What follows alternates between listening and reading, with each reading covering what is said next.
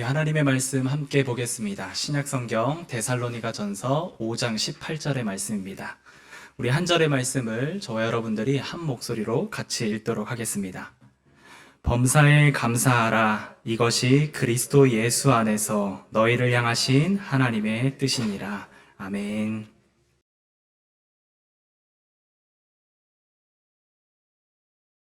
오늘은 추수감사주일 예배로 드립니다. 우리 가정에서도 예배 드리시는 분이 있을 터인데 또 현장에서 예배 드리는 분 포함해서 오늘 추수감사주일 예배 드리는 여러분들의 마음에 하나님을 향한 감사가 다시 한번 회복되는 귀한 시간이 되기를 주님의 이름으로 축원드립니다. 저는 어려서부터 추수감사주일 예배를 드리면서 마음속에 의문이 좀 있었던 것이 하나 있었습니다. 해마다 추수감사주일이 되면 교회에서 과일을 가지고 와서 그 과일에다가 감사 제목을 적어서 하나님께 드리며 예배하면 좋겠다라고 이제 교회에서는 요청을 하고요. 그래서 과일을 준비해서 예배로 나갈 때마다 우리 집은 농사를 짓지도 않고 과일을 기르지도 않는데 왜 과일을 가지고 와서 하나님께 감사하라고 할까 하는 의문이 늘 있었습니다. 아마 주일학교 우리 학생들이나 우리 사춘기 보내고 있는 청소년들도 그런 마음이 들 겁니다. 왜 과일을 가지고 가서 하나님께 예배할까? 하나님은 과일을 좋아하시는 비건이신가? 이런 생각을 할 수도 있겠고요. 또 감사의 제목을 적으라고 해서 무엇인가 적어보려고 하는데 한 해 동안 지나오면서 감사한 제목보다 감사하지 않은 일들이 더 많이 떠오를 때가 있습니다. 그래서 뭘 감사할까 고민하다가 결국 적은 한마디는 가족과 함께 있어서 감사합니다. 교회에서 예배하게 해서 감사합니다. 라고 하는 그런 제목을 적어서 하나님께 드리고 감사 예배를 드린 적이 있습니다. 여러분들은 어떻게 생각을 하시나요? 하나님께 왜 이렇게 과일을 가지고 오고 추수감사절 절기를 지키며 하나님께 감사하라고 하나님은 요청하고 계실까요? 하나님은 정말 과일을 좋아하시는 분이실까요? 어렸을 때 그런 그 질문을 선생님들이 많이 내신 것 같습니다. 여러분, 하나님이 제일 좋아하는 과일이 무엇일까요? 하고 물어보면 이제 아이들이 손을 번쩍 들죠. 그래서 성경을 조금 아는 아이들은 무화과요, 그리고 석류요, 포도요, 이렇게 이야기를 합니다. 그렇게 크게 생각 없는 아이들은 딸기요, 토마토요, 이렇게 생각을 하는데, 그러면 이제 그 질문을 낸 선생님이 답을 하죠. 하나님이 제일 좋아하신 과일은 감입니다. 그래서 왜 감이에요? 하나님은 감 사드리는 것을 좋아하기 때문에 오늘 찬양대에서도 계속 감을 사드리자, 하나님께 감사드리자 라고 이야기한 것처럼 하나님은 감사드리는 것을 좋아하신다. 이제 그런 이야기를 이제 많이 했던 기억이 있습니다. 하나님 왜 이렇게 감사하는 것을 좋아할까? 하나님은 감사하는 사람을 좋아하는 이유는 하나님께 감사하는 사람은 내 인생의 주인이 하나님이라고 고백하는 사람만이 감사할 수 있기 때문입니다. 하나님께 감사하는 사람은 내 삶을 주관하시고 내 인생의 모든 부분에 1.1의 모든 것들에도 관여를 하고 계시고 간섭을 하고 계시는 분이 하나님이라고 인정하는 분만이 감사를 할 수 있기 때문에 하나님은 그렇게 감사할 수 있도록 우리에게 요청하신 것입니다. 그래서 하나님은 우리로 하여금 그 감사가 다 떨어질 때쯤 우리로 하여금 또 감사절을 통해서 내가 감사한 것이 무엇인지를 생각하며 하나님은 우리로 하여금 감사하게 하시고 계시는 겁니다.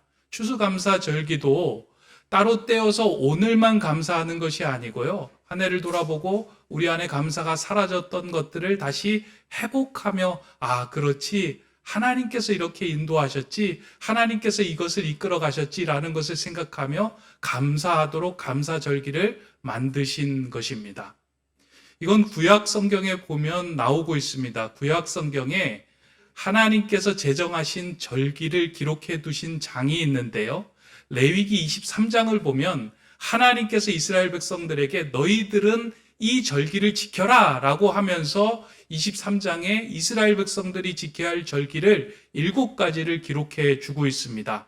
아마 성경을 보면서 여러분들이 한 번쯤은 다 들었던 절기일 것입니다.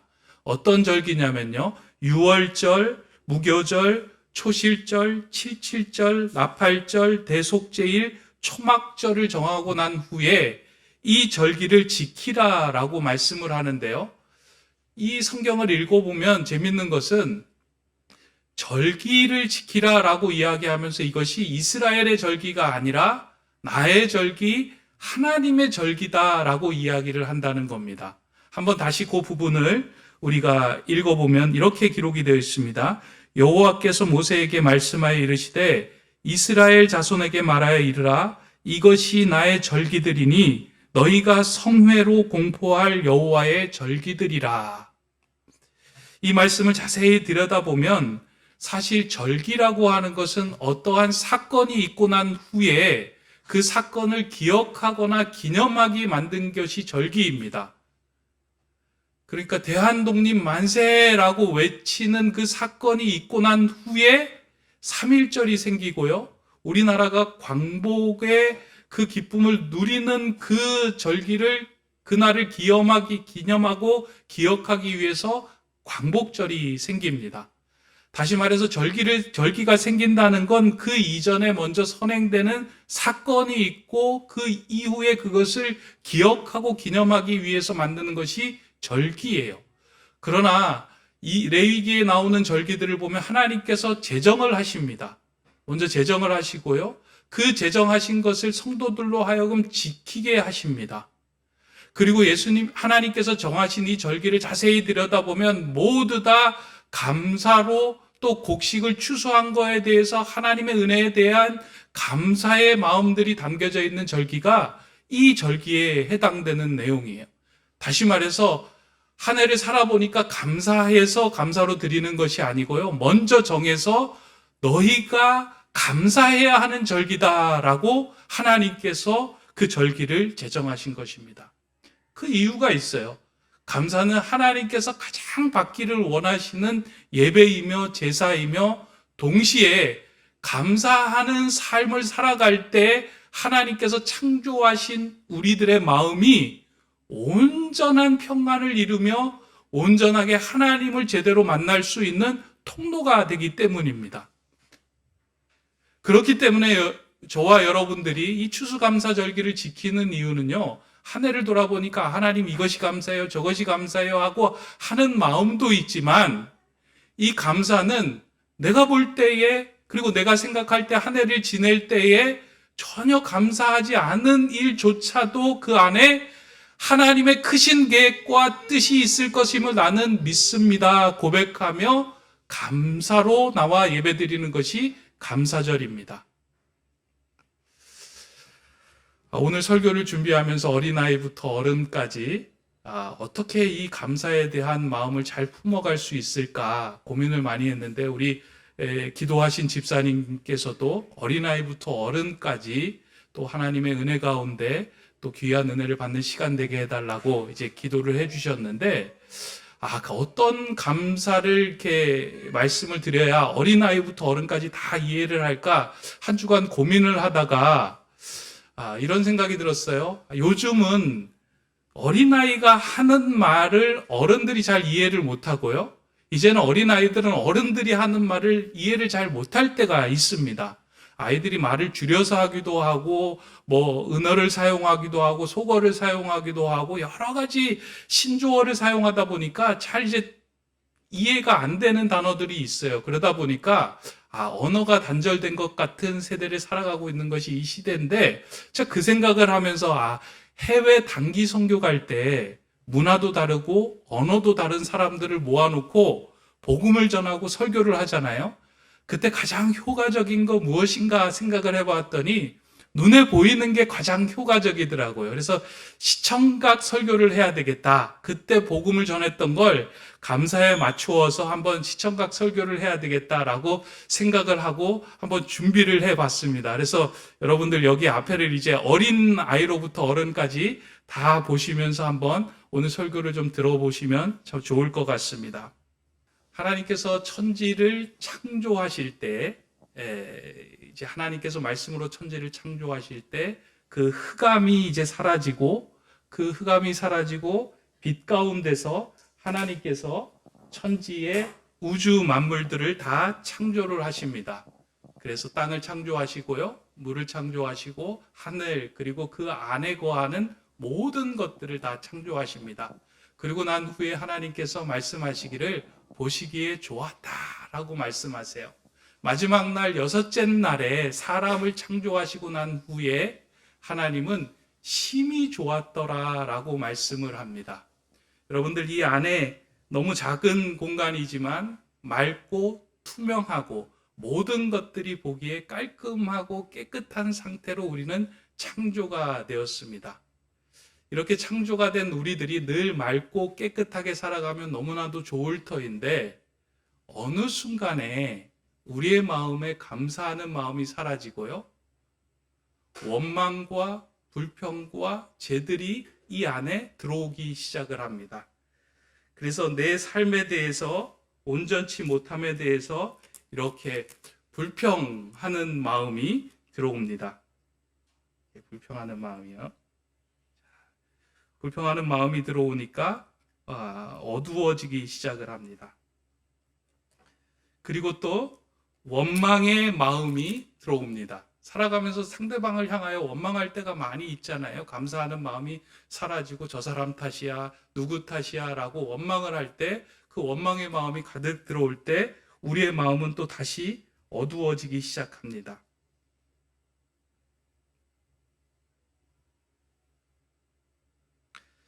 그리고 누군가 자신에 대해서 상대방하고 비교하면서 상대방을 질투하는 마음이 우리 안에 또 들어올 때 또 다시 우리의 마음은 어두워집니다.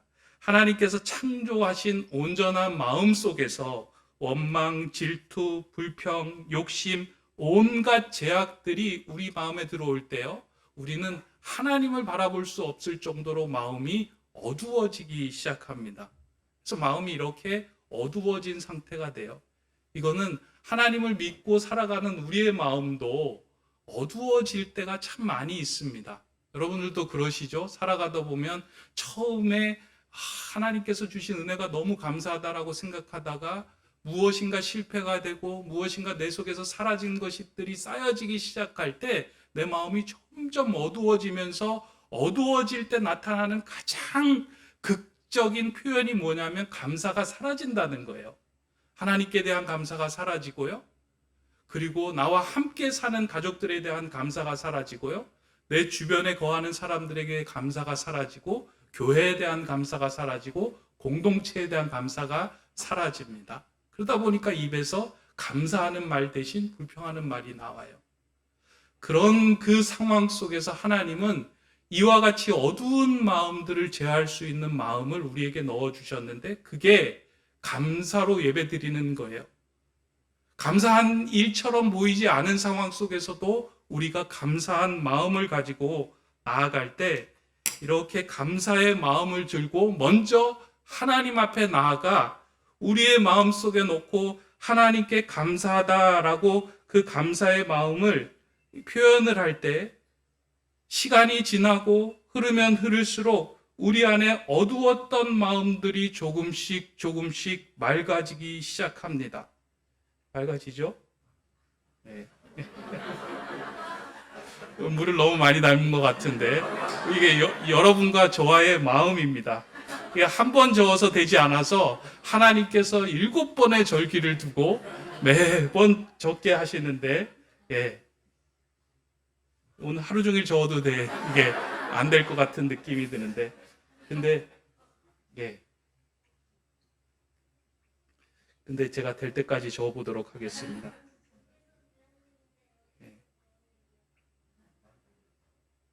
조금씩 이게 저어지고 변화가 됩니다. 우리가 어제 연습할 때는 이게 잘 됐는데, 이게 내용들이 많다 보니까 흘려지더라는데,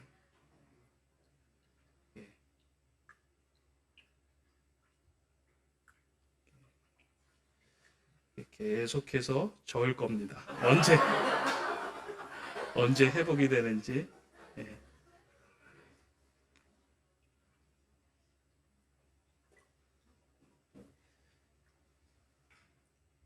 우리의 마음에 어두움이 감사로 사라질 때까지 계속 적겠습니다. 예, 감사를 더 갖고 오셨어요? 예, 예, 감사를 더 갖고, 예, 예, 감사의 마음을 더 넣겠습니다.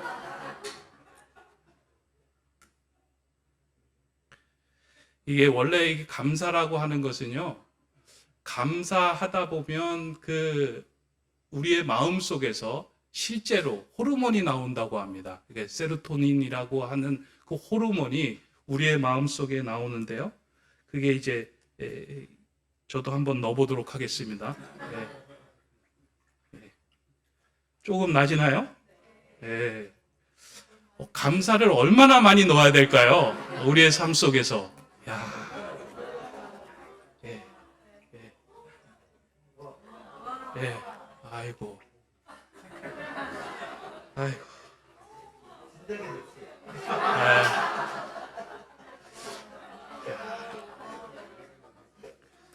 감사가 우리의 마음에 변화를 일으켰습니다.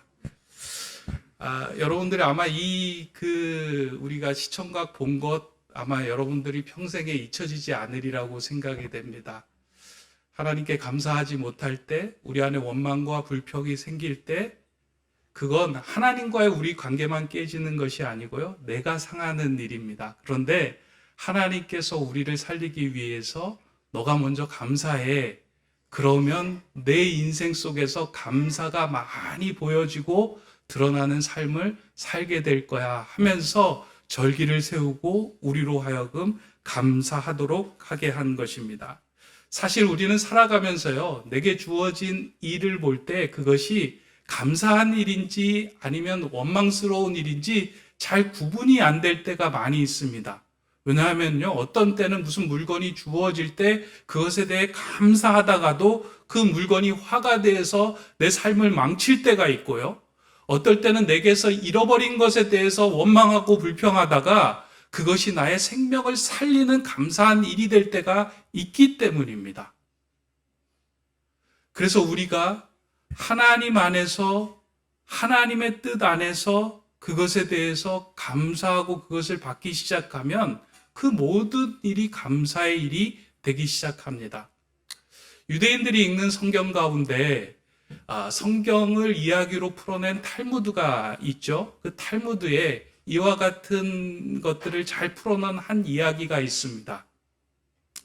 유대인 랍비 아키바라는 한 사람이 이제 먼 여행을 떠납니다. 이 랍비가 여행을 떠나면서요, 세 가지와 함께 떠나는데, 하나는 램프를 가지고 떠나고요, 또 하나는 자신이 함께 어려운 길을 걸어갈 때 함께 웃을 수 있고 또 함께 마음을 나눌 수 있는 개와, 그리고 자신이 어려울 때 짐을 들어줄 수 있는 나귀와 함께 이제 여행을 떠납니다.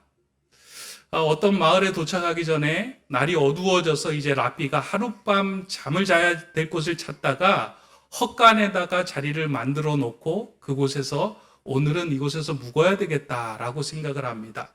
날이 어두워져서 잠을 자기에는 조금 이른 시간 같아서 랍비가 주머니 속에 있는 책을 꺼내서 보기 시작합니다. 책을 보기 위해서 램프에 이제 불을 켜놓고 책을 보는데 갑자기 바람이 불어와서 램프가 꺼져버린 것입니다. 이게 램프가 꺼졌네 하면서 랍비의 생각에 이제 잠을 자야 되겠다라고 생각을 하고 이제 잠에 듭니다. 랍비가 잠을 자고 있는 사이에 여우가 와서 그와 함께 동행하였던 개를 물고 가버립니다.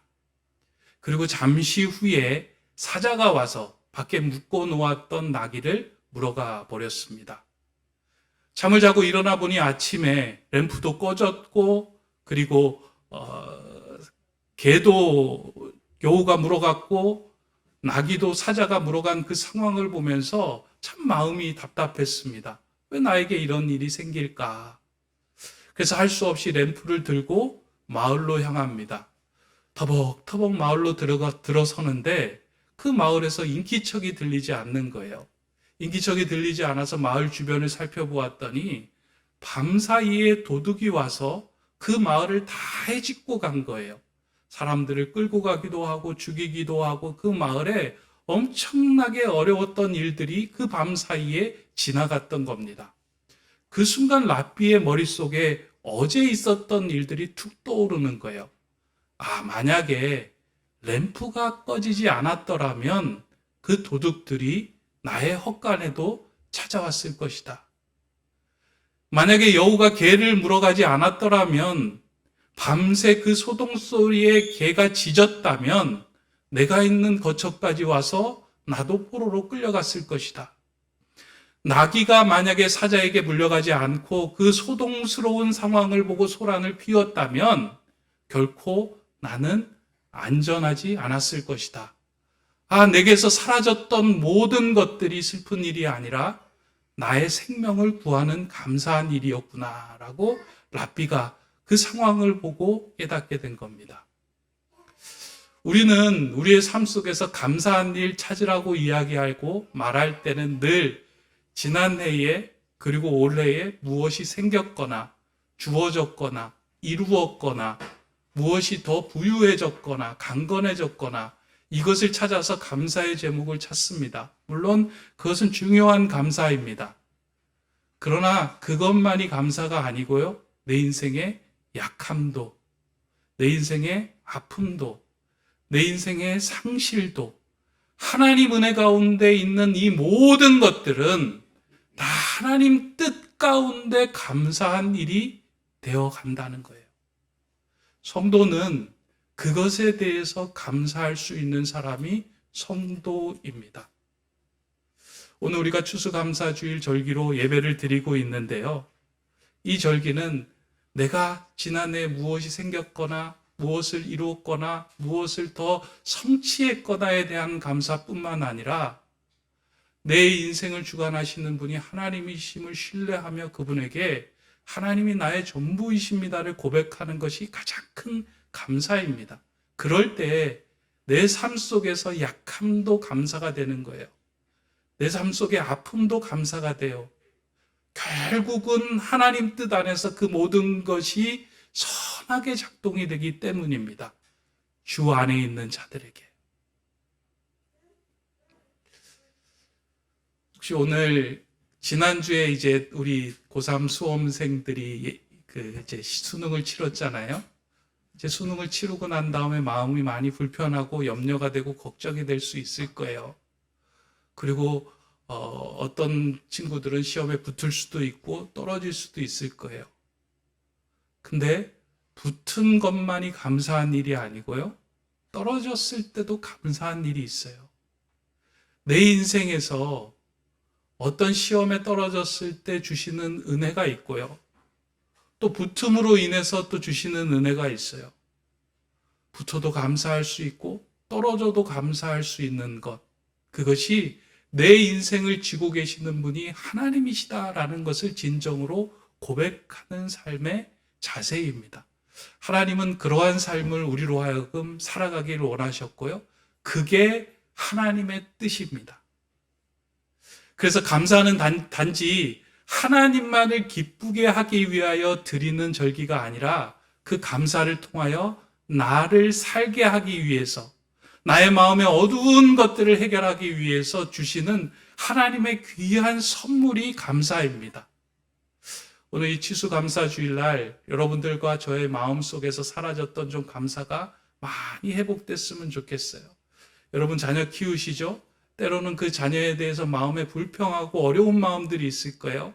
그러나 그 자녀를 위해서 자녀를 향하여 감사하는 마음으로 항상 감사의 마음을 표현하시면 좋겠습니다.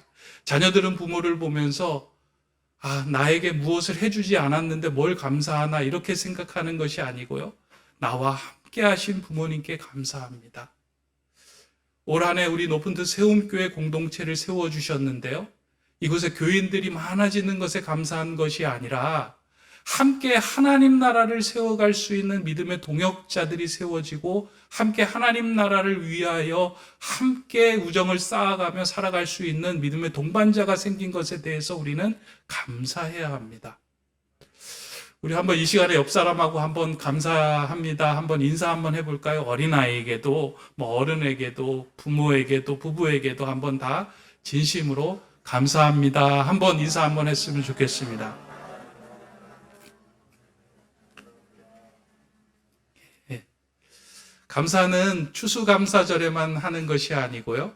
이 추수감사절에는 멈춰있던 감사의 힘을 다시금 심폐소생술하여 다시금 감사로 살아가기 위해 만드는 절기예요. 오늘 여러분들 안에 이제 감사를 넣어서요. 내일부터 살아갈 때 아침에 하나님 감사합니다로 시작하면 좋겠어요. 그리고 하루를 마무리할 때 하나님 감사합니다 살게 해주셔서, 그리고 사람들을 만날 때 하나님 감사합니다 이와 같은 사람을 나에게 주셔서, 교회에서 예배할 때 하나님 감사합니다 이곳에서 예배할 수 있어서, 우리의 삶의 모든 것들이 감사로 회복되는 영혼의 심폐소생술이 우리 추수감사주일이고 이 절기에 해야 하는 우리 일입니다. 오늘 저와 여러분이 예배하면서요, 사라졌던 감사가 다시 한번 회복되기를 소원합니다. 그 감사로 또 한 주간 살아가시고요, 감사로 남은 2021년을 살아가는 저와 여러분 되시기를 주님의 이름으로 축원합니다. 기도하겠습니다. 사랑의 하나님, 추수감사주일에 온 가족이 함께 모여 감사로 예배하게 하시니 감사를 드립니다. 지난 한 해 동안 우리의 삶에 부어주신 은혜에도 감사를 올려드리며 우리의 삶에서 사라졌던 것들과 아픔에 대해서도 감사를 올려드립니다. 이 모든 일에 하나님의 뜻이 있으며 결국은 우리를 더 온전케 하시는 하나님의 섭리임을 신뢰하며 감사로 예배드립니다. 우리의 예배를 받아주시고 감사가 끊이지 않는 감사의 샘물 같은 삶이 되게 하여 주시옵소서. 예수 그리스도의 이름으로 기도드립니다. 아멘.